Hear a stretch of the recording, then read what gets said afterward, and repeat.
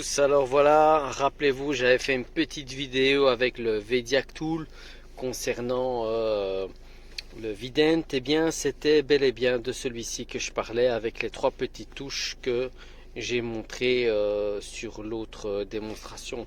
Et c'est exactement le même programme, sauf qu'ici, voilà, c'est officiel, on a vraiment les boutons et je vais vous faire une petite démonstration de quoi il est capable. Donc c'est vraiment un tool similaire au Vediac Tool. Les programmes sont identiques, hein. Voilà. Donc au niveau du programme, eh bien c'est quand même quelque chose d'officiel parce que vous avez de nouveau 3 ans de mise à jour. Donc ça c'est quand même correct et je vais faire une petite démonstration tout de suite que je vais vous montrer maintenant. On fait le scan. Ok, donc c'est Europe. Alors, je suis sur une Ford. J'arrête pas avec les Ford. Scan automatique. Oui, c'est ça.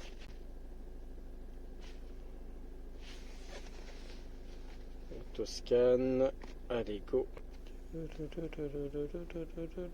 Ah, donc il a tout trouvé ici. On se retrouve ici avec ABS 4 défauts.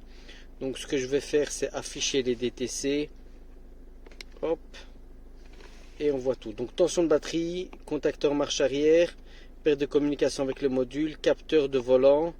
Ok, tension de batterie, revient, contacteur marche arrière, perte de communication avec le module carrosserie, capteur de volant, voilà. Donc en gros, c'est ce qui revient à chaque fois. Perte de module de communication, perte de communication avec le module, bah, c'est parce que voilà, j'ai mis une interface, voilà, Android, une espèce de petite tablette, ça forcément. Capteur donc du volant, eh bien, il y a une information qui se perd à chaque fois, donc il commence un petit peu à déconner. Et le capteur de marche arrière, je l'entends parfois qui fait bip bip, mais voilà. Donc tout ça c'est fort plausible. Donc je retourne en arrière. Donc ça a pris quand même pas mal de temps, mais il a identifié directement l'ensemble des défauts.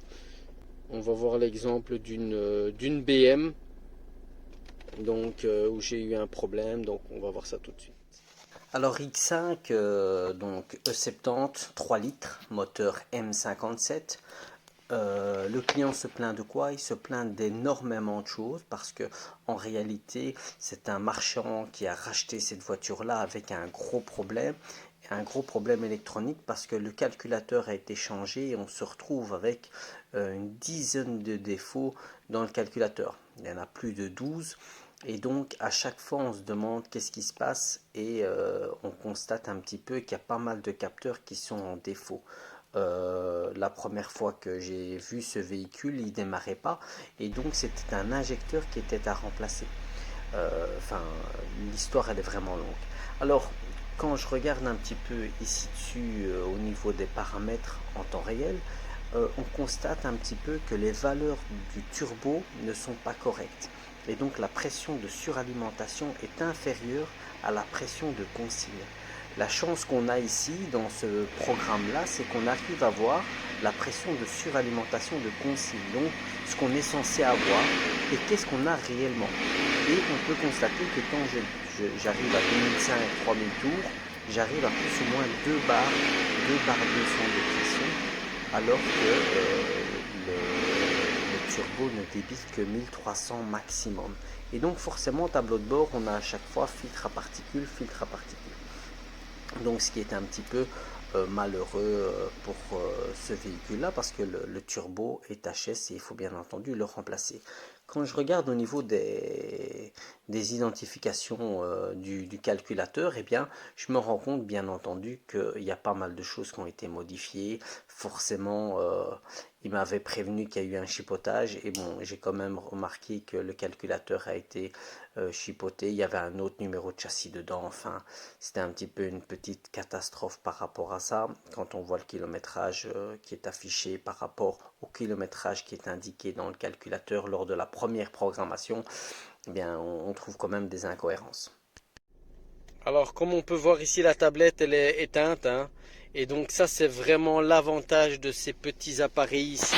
C'est que, voilà, ça utilise directement, eh bien, le courant du véhicule, hein.